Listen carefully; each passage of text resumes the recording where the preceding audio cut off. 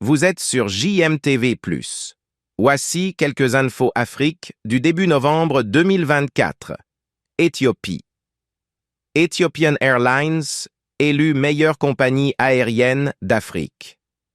Ethiopian Airlines a remporté le prix de meilleure compagnie aérienne d'Afrique lors des Apex Passenger Choice Awards 2025 pour l'excellence de ses services à bord, incluant la restauration.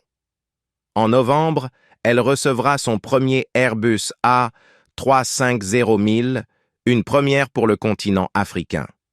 Avec un objectif de 270 avions et plus de 200 destinations d'ici 12 ans, la compagnie se développe activement et prévoit prochainement des vols vers Monrovia, ainsi qu'une augmentation des liaisons avec la Russie. Toujours en Éthiopie. Début de la construction du plus grand aéroport d'Afrique en Éthiopie.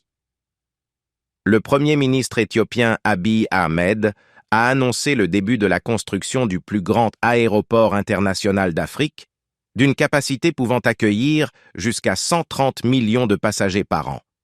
Nous avons commencé à construire le plus grand aéroport d'Afrique qui pourra accueillir entre 100 et 130 millions de passagers par an.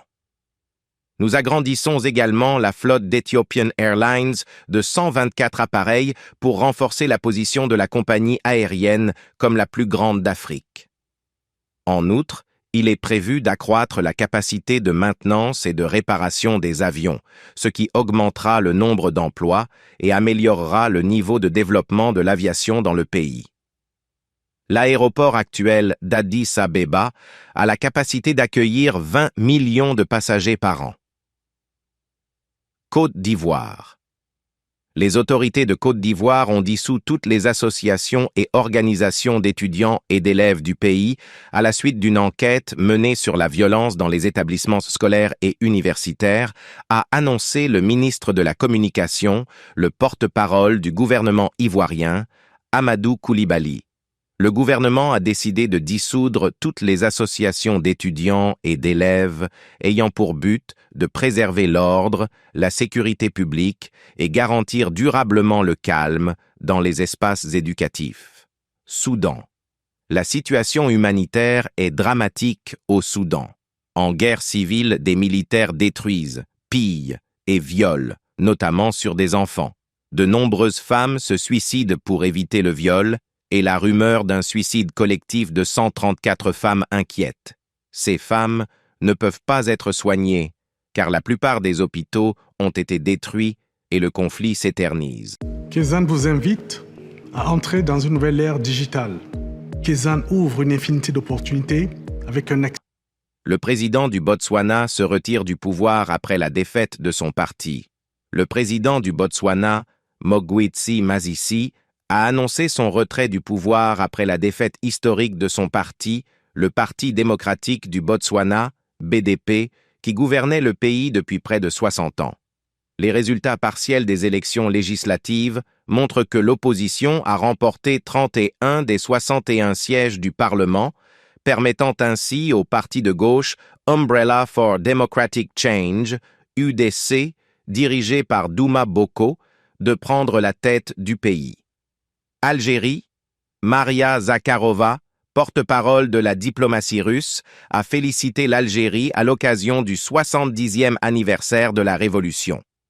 Le 1er novembre, les Algériens célèbrent leur fête nationale, l'anniversaire de la Révolution algérienne.